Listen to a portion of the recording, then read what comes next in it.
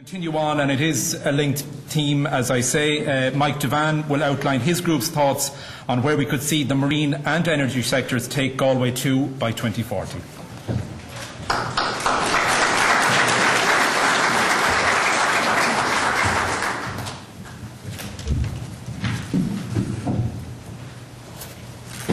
Good morning, everybody. I'm going to take a slightly different cut at the topic. And I want to look at it from the perspective of why we're doing this exercise. And we're embarking on an exercise to try and engage people in defining for themselves what the future should be and what it should look like. And I think it's, I come from Mayo, so we know what it's like when you have a North Mayo, Corrib oil field kind of situation. So we've learned a lesson from that. The lesson is that if you try and engage with communities or not engage with communities, you have a problem. And what we want to do is we want to make sure we don't have that problem. And the only way of doing that is making sure that we have dialogue and engagement early on. So the purpose of this exercise is to try and get people involved, to make people aware. And it really doesn't matter whether what I say or what Terry says or what Mark says is right or wrong. What matters is that people start to learn about what the opportunities are and start to debate that and form an opinion, and ideally that we have the collective opinion as a shared opinion and a shared view. So that's the first point I wanted to make. The chart that's up there, if you just look at the map, that says, I think, everything about marine and energy that I want to say. The first time I saw this chart was when I was out at the Marine Institute.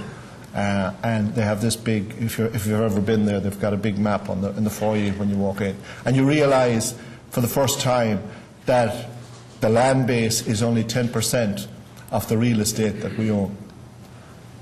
That is something that is so significant for all of us that we just seem to miss. And it's significant in the sense that we are custodians of a massive asset base that's a European asset base, and we need to recognise that. But we're custodians of that, and it's within our ability or within our power to maximise the economic benefit that we can have from that. And in the current time when things are not going the way we'd like them to go, and we want to make sure that we don't make any short-term decisions or near-term decisions that negatively impact our ability to get the economic benefit from that asset base that sits out there. And Galway specifically has got, the credentials to be a leading part of that economic development. It is one of the larger population centres on the West Coast, so naturally it fits. The second point is that, of course, there's a heritage here, going back, I suppose, everything from Grace O'Malley to John Killeen and all in between. We've got, a tradition with the sea. We've got a beautiful bay, a harbour that's being developed, and we've got an asset base in the nearer shore area that is second to none. And again, it's a significant part of that asset base that we have to develop. People in culture, I think Terry talked about that. We all know, and I know people that have come to Galway from Dublin and other places that never went back. Galway is a great place to come to, great place to live. They used to call it the graveyard of ambition one time because people, once they came, didn't want to move anywhere else. And that's very important when you're trying to build a technological society in the future and you're trying to attract specific skill types and specific types of people to an area. That is, again, a critical piece of your arsenal when you're trying to do that. Business and industry in this town, in Galway, for the last 50 years, we've proven that we can morph. We started off with an ICT industry, a strong base of FDI. It was morphed. It became as strong in life sciences, and it's morphing again to include clean technologies and new technologies that are developing in the energy and the environmental space. And that, again, it's a proven record. It's something that stands to us. And lastly, the infrastructure. One thing that we can say about the boom time that's positive is that the infrastructure build-out was positive. It's made the island very, very much a smaller island. I can get to Galway from Dublin in the morning in an hour and 40 minutes, and then it takes me another hour to get into the town. But the fact is, it's got to be a smaller island, and that's a very positive thing. So that's just the perspective when we're looking at marine and energy, that we're custodians of an asset base that really belongs to Europe, that Europe will develop, and we will be part of that development. But in order for us to be actively a part of that development and to control that development, we need to participate and we need to engage. And that's the important point I think I wanted to make. The areas that we looked at, the group looked at, are listed there.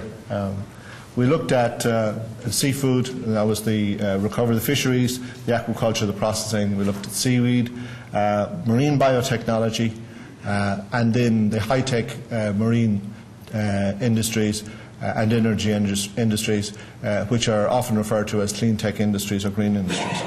On the energy side, we looked at onshore, offshore wind, wave, oil and gas, and the bioenergy area. Now, when we looked at those, and by the way, there's a document that was produced by the group, which I'm not going to cover in any level of detail, but for people that are interested, I would say when it goes up on the web in another couple of weeks, you should take a look at it, because it goes into all of this in more detail.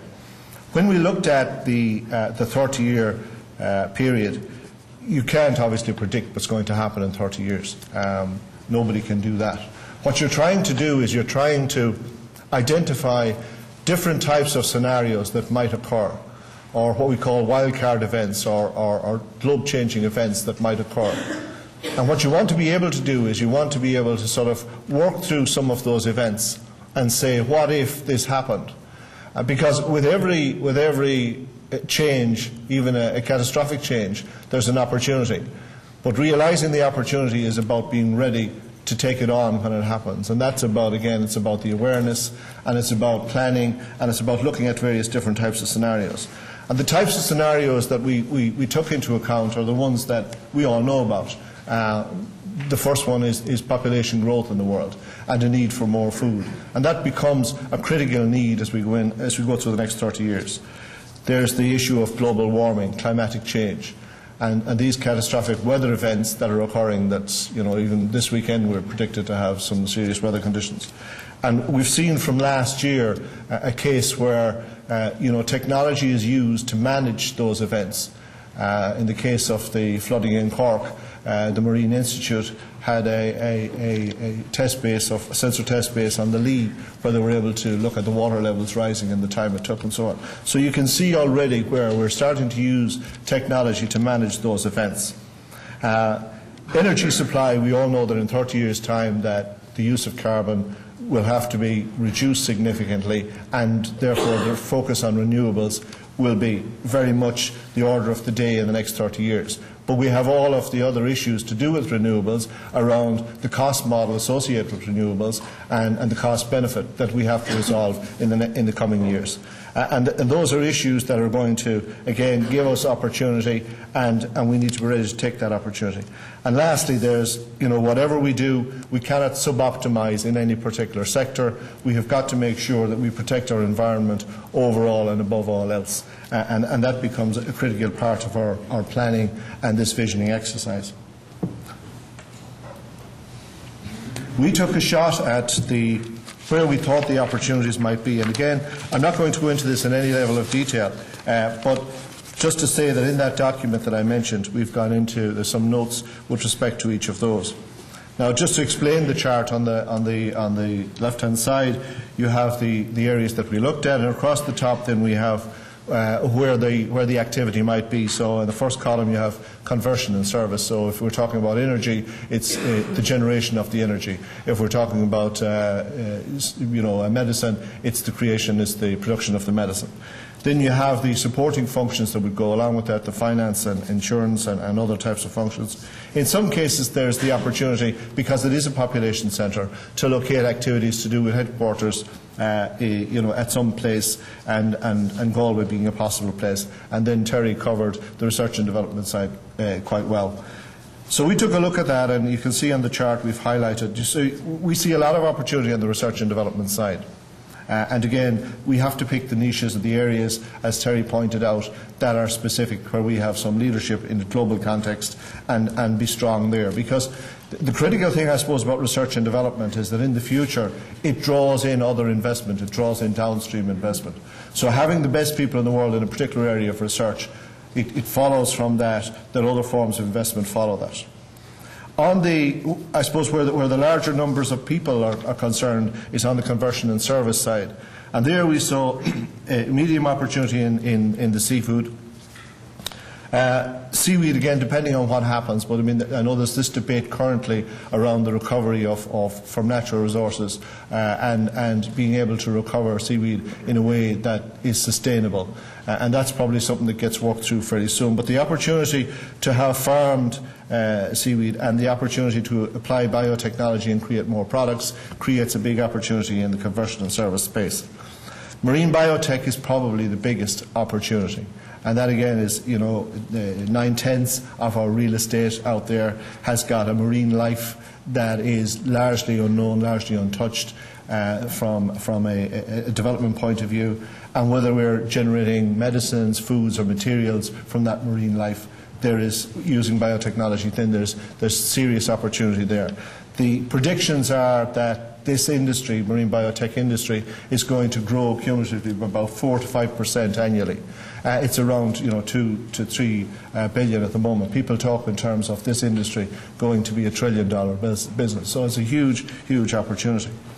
The marine high-tech services, or the engineering and services associated with clean technologies and green technologies, again an area that will grow, particularly as you build out infrastructural type developments around energy along the coastal area. So that's our shot at where the opportunities are. And again, if you read through the document, you get some more detail on that, and I'll be happy to discuss it after if you want to.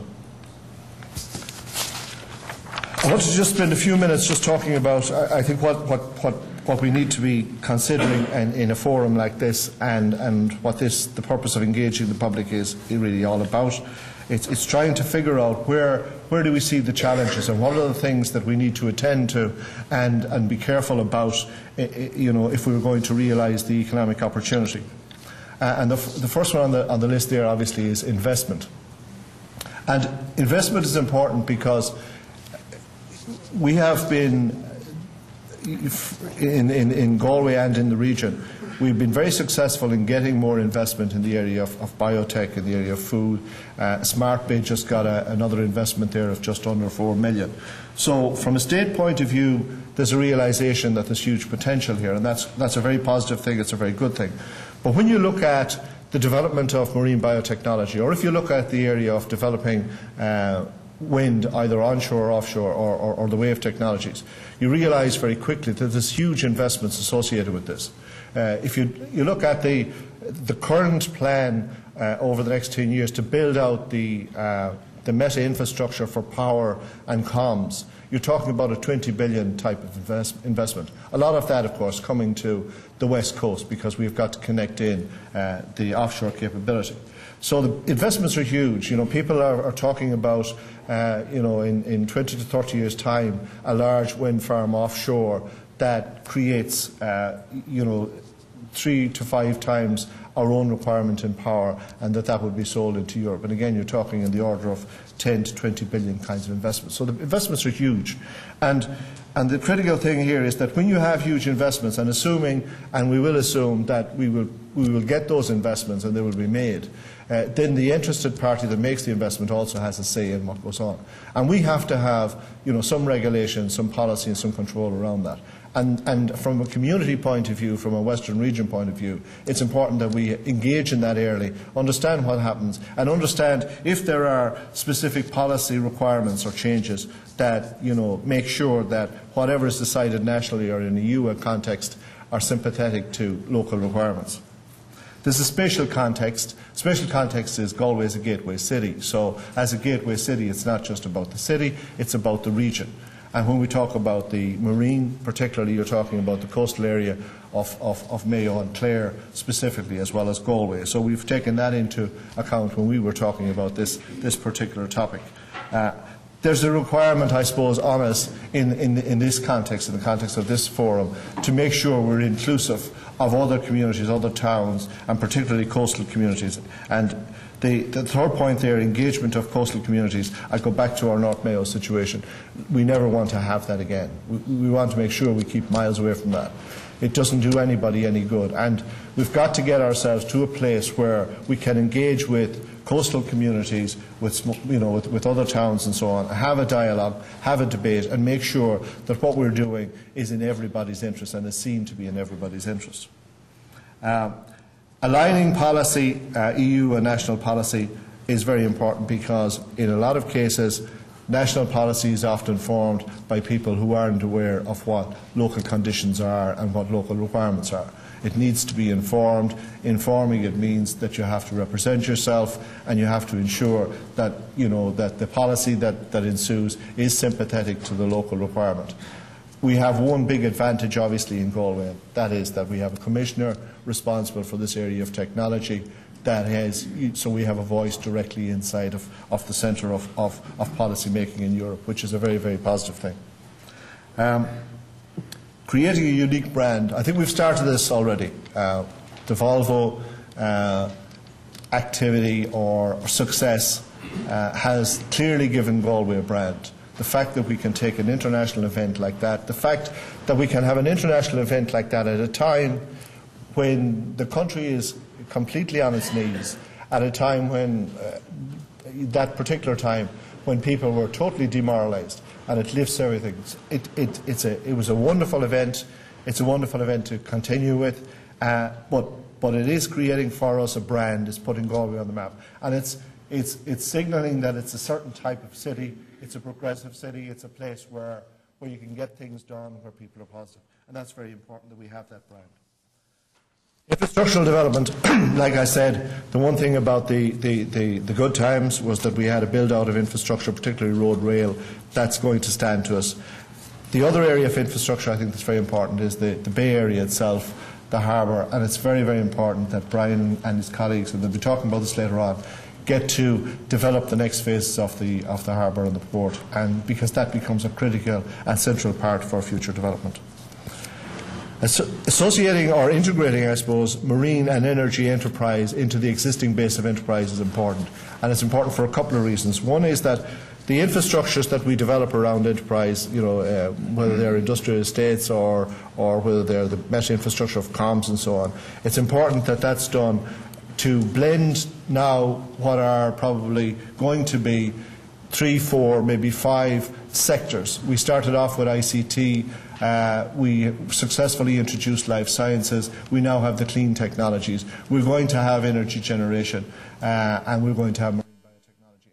And those are all areas that we sort of need to unify. And we need to have a consistent view ourselves as to how we're going to develop that industry base and how we're going to supply that industry base with the human skills that are required, and how we're going to be able to convert the base of skills on a continuous basis to service that industry. That takes quite a bit of work, it takes quite a bit of thinking through, and that's something I think that is a necessary part of this exercise that we're involved in. The human capital investment and planning is central to all of that, and I suppose the challenge here is that as you go into a technological society and as you get more specific about technologies, it gets harder and harder to plan the human capacity and the human capability that you will require, because it is, an in-depth skill that you're developing. And so we have to get ourselves to a point where we see our workforce as a workforce that recycles itself, that reinvents itself on an ongoing basis. And again, that planning and that capacity to plan, which you'd like to see on a national scale and is not, we certainly should take on the challenge from a regional point of view of trying to do that and support that.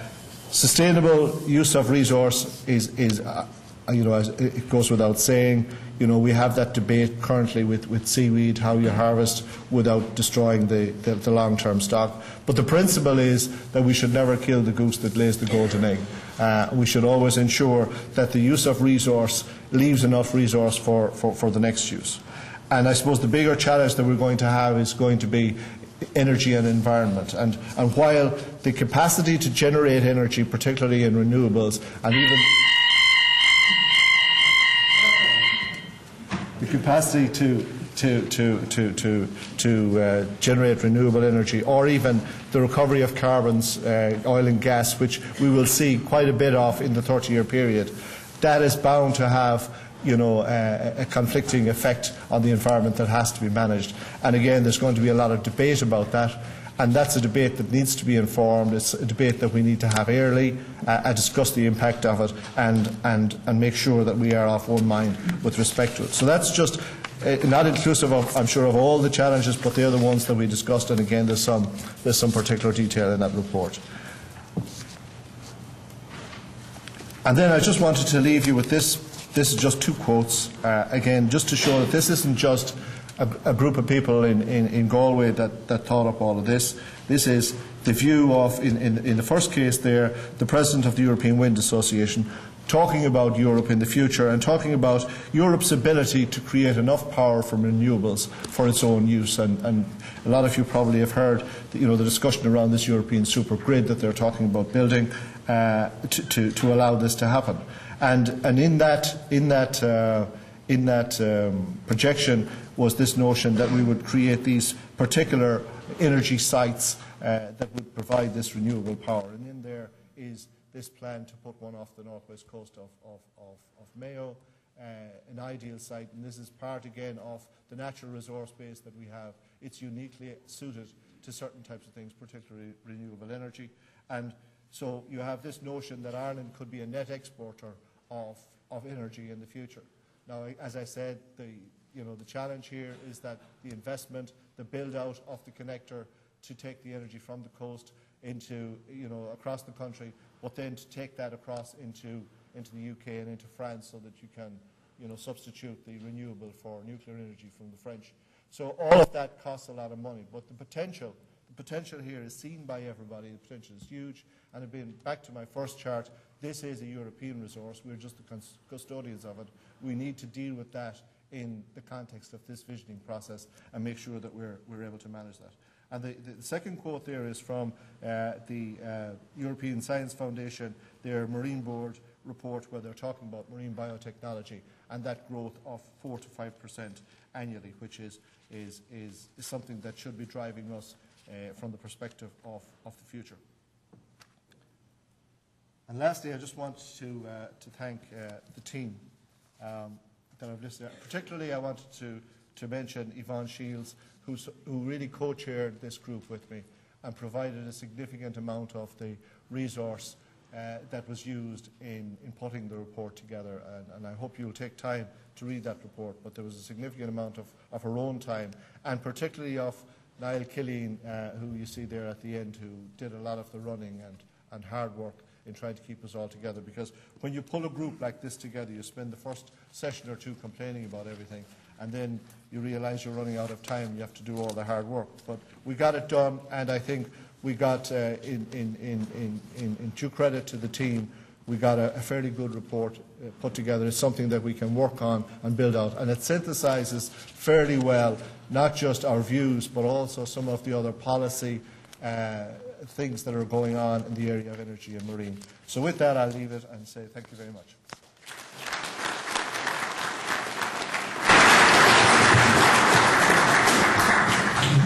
Thanks, Mike. And he's not joking. It is a substantial paper, and like all the rest of these, they will be available in due course on the website, which is www.galway2040.ie.